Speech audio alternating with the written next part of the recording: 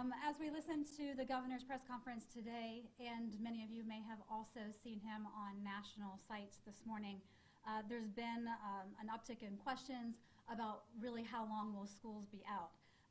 At this point in time, his original plan of calling school out at the end of the day tomorrow after the last bell rings until a reevaluation until April 3rd still stands. However, we have known from the beginning that that was going to be reevaluated probably sooner than April 3rd, but April 3rd is the time they were giving us. So we are taking precautions and planning measures in the account, and most likely an account that we are going to be out longer than April 3rd.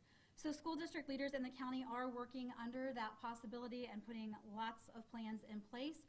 As the mayor noted just moments ago, we are doing this in sort of stages and planning phases. So just getting through next week and then the weeks to come, it's a very fluid plan at this point in time. So as more questions and challenges surface for all of us, a few episodic events that we're dealing with right now are meals, graduation requirements, and students on IEP. So I'd like to address those just very quickly.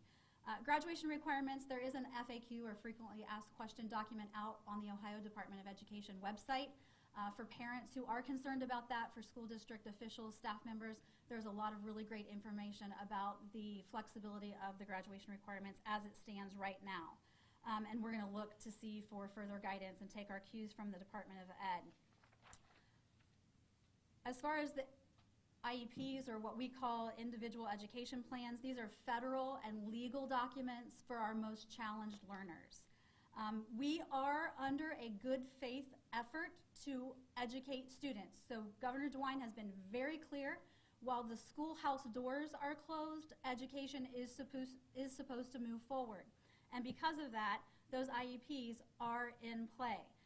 Many of our educational settings around the region, not just in Montgomery County, have already put plans in place that will account for these learning measures and challenges within their remote or distant learning plans. However, there are going to be some related services that will not be able to be delivered in the current circumstances that we find ourselves in. And if that's the case, then that child's IEP team will make decisions to put compensatory measures in place. And that just basically means that those students will take a pause on those services and they will get those services rendered to them later in the year.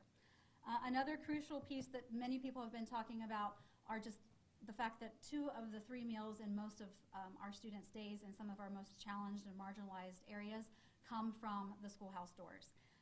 So as Mayor Whaley talked about, we have Dr. Loveley, who is our superintendent of our largest district in Montgomery County. They have put plans in place, but so have all the other 15 school districts.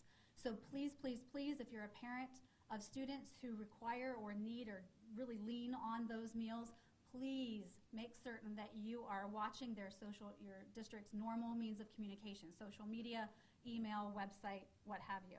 And please ask questions if you have other needs, because we have a lot of organizations within the community that have raised their hand to help us. And we really want to just say thank you because we have had a lot of folks stand up to be volunteers to help pack those meals, help deliver those meals, and a lot of restaurants. And again, we had some new news today with the governor's press conference about restaurants, but remember, delivery and pickup, those are still available. So we still expect those restaurants in the community to be able to help our schools get the food to the kids in the county who need it.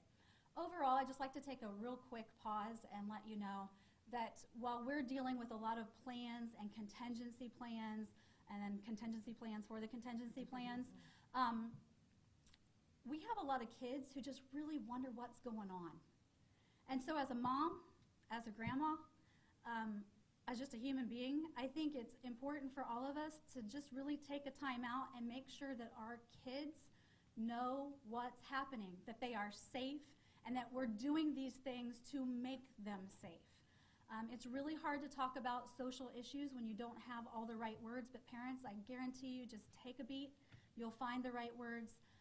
We will continue to put resources on how to talk to children about crisis and critical issues on our website. I know Helen is here, and she'll be talking about some of those measures as well. We have anxiety that runs in a mental health world that it's 2020, folks. We've been dealing with this for a while now. But this is just going to step up the level of intentionality that we're going to have to take to make certain that our youngest folks have what they need. Thank you.